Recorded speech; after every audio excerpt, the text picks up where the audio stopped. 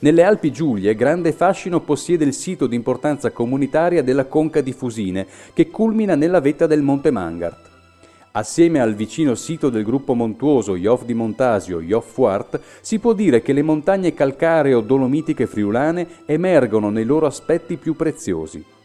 Molti sono gli endemismi floristici come la campanola zoisi, abbarbicata alle rocce, e il ranunculus traunfellneri nelle rade praterie alpine, ma anche il bianco papaver Ernesti Maieri, esclusivo solo delle Alpi Giulie, che convive sui ghiaioni calcarei con il giallo papaver kerneri, diffuso invece in larga parte della catena alpina.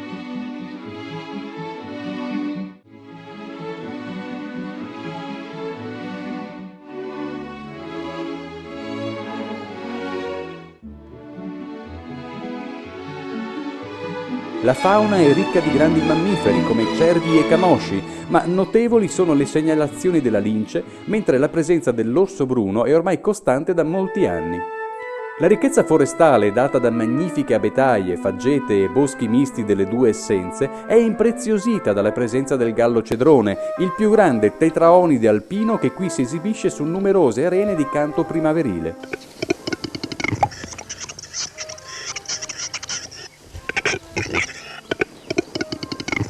Nel cuore delle Prealpi Carniche, il Parco Naturale Regionale delle Dolomiti Friulane è interamente compreso nella zona di protezione speciale più estesa della regione, con i suoi 37.000 ettari di superficie. È una delle zone più selvagge dell'intera catena alpina, senza nessun centro abitato al suo interno e con aspre pareti dolomitiche fra cui spicca il celebre campanile di Val Montanaia. Grande è la concentrazione di specie botaniche endemiche dell'area dolomitica, come la genziana froelichi, con la sottospecie zenari, ma soprattutto l'Arenaria uteri, una piccola cariofillacea dalle pareti calcaree strapiombanti. Dopo l'istituzione del parco, grazie alle misure di protezione, si è avuto un grande incremento della fauna selvatica e in particolare dello stambecco che, inizialmente reintrodotto, vanta oggi una popolazione di circa 300 capi. Ma ancora più del camoscio, che in questa zona ha ormai raggiunto la ragguardevole densità di 7 individui per 100 ettari. L'aumento della fauna selvatica si è anche tradotto in maggiori possibilità di vita per i predatori come l'aquila reale, di cui sono state censite nel 2008 ben 9 coppie nidificanti nell'area del parco naturale.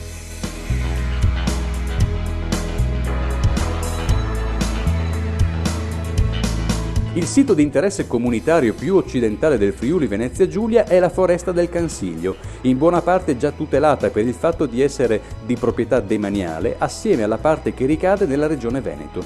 L'habitat principale del Cansiglio è costituito senz'altro dai vari tipi forestali che sono principalmente la faggeta pura e il bosco misto di faggio, abete bianco e abete rosso. Si tratta di formazioni arboree veramente imponenti e molto ben conservate. La fauna ospitata è pure notevole e la specie più significativa è senza dubbio il cervo, che qui presenta una notevole popolazione.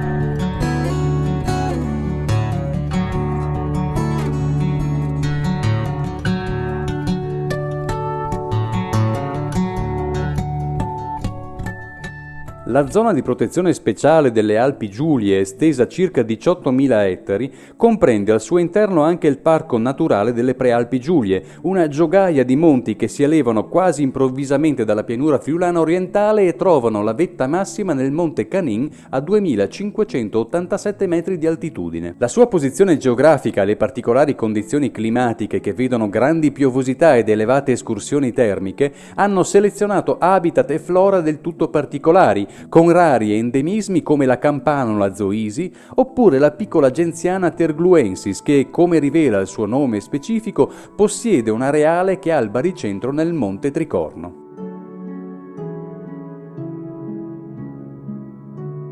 Di grande importanza è ancora l'unica località italiana della genziana froelichi, nella sottospecie nominale, che poi estende il suo areale a oriente verso le Caravanche.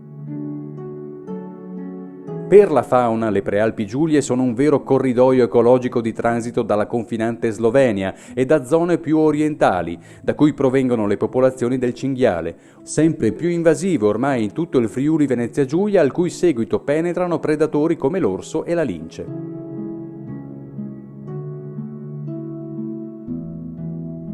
Le azioni di conservazione attiva del parco hanno inoltre consentito al camoscio di contare su una popolazione in continua crescita che ormai supera i 300 capi, fatto quanto mai significativo per una zona dove questo ungulato era praticamente azzerato fino a un decennio fa.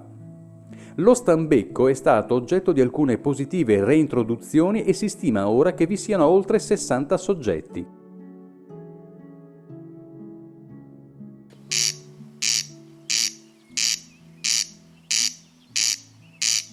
Fra maggio e settembre, le praterie delle Prealpi Giulie sono la zona di riproduzione per il re di quaglie, che le raggiunge provenendo dalle lontane zone di svernamento africane. Si tratta di una specie in forte declino, la cui salvaguardia è considerata della massima importanza dalla direttiva Uccelli dell'Unione Europea, grazie alla quale si è istituita la zona di protezione speciale. Un'altra specie simbolo di quest'area protetta è la coturnice che, dopo un periodo di crisi, sta lentamente ripopolando le praterie steppiche delle pendici meridionali delle Prealpi Giulie. Circondato dall'alto corso del fiume Natisone, il sito di importanza comunitaria del Monte Mia si impone all'attenzione, oltre che per l'elevata selvatichezza, soprattutto per essere il limite occidentale dell'area di diffusione e riproduzione dell'allocco degli Urali.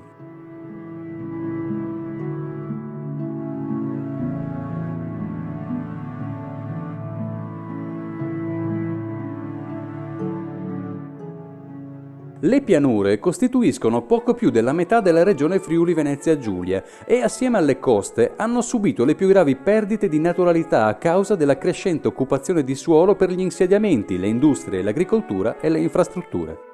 Molto importanti sono perciò le aree individuate ai sensi della direttiva europea Habitat per la conservazione della biodiversità superstite. I greti dei grandi fiumi e torrenti, che si espandono in vastissimi spazi ghiaiosi formando magre praterie, sono oggi tutelati appunto da SIC e da ZPS nell'alveo del medio tagliamento fra Pinzano, Dignano, Forgari e Osoppo e nei magredi del Cellina Meduna fra Maniago e Cordenons. I magredi sono sempre stati utilizzati quali pascoli per ovini e ospitano una flora straordinaria di tipo steppico, con specie rare e dalle splendide fioriture primaverili.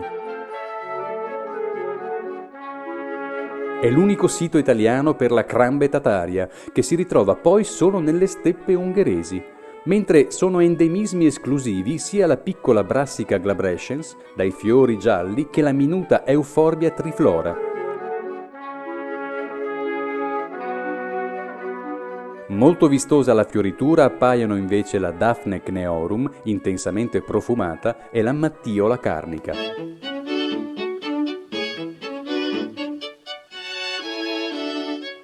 Gli aspetti meno aridi ai margini degli alvei fluviali sono rappresentati da prati stabili in cui a primavera si possono ammirare splendide orchidacee, ma anche interessanti insetti tipici dell'Europa meridionale come la Libelloides longicornis.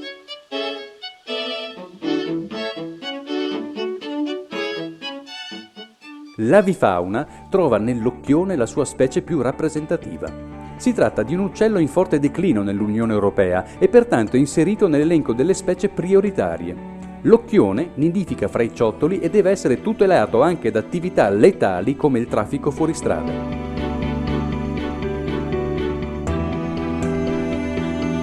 Una parte del sito del fiume Tagliamento presso Forgaria è costituito dalla riserva naturale di Cornino, dove nel 1987 è stato avviato un progetto di reintroduzione dell'avvoltoio grifone che ormai vi si riproduce regolarmente dal 1996 e oggi conta una colonia che raggiunge i 100 individui.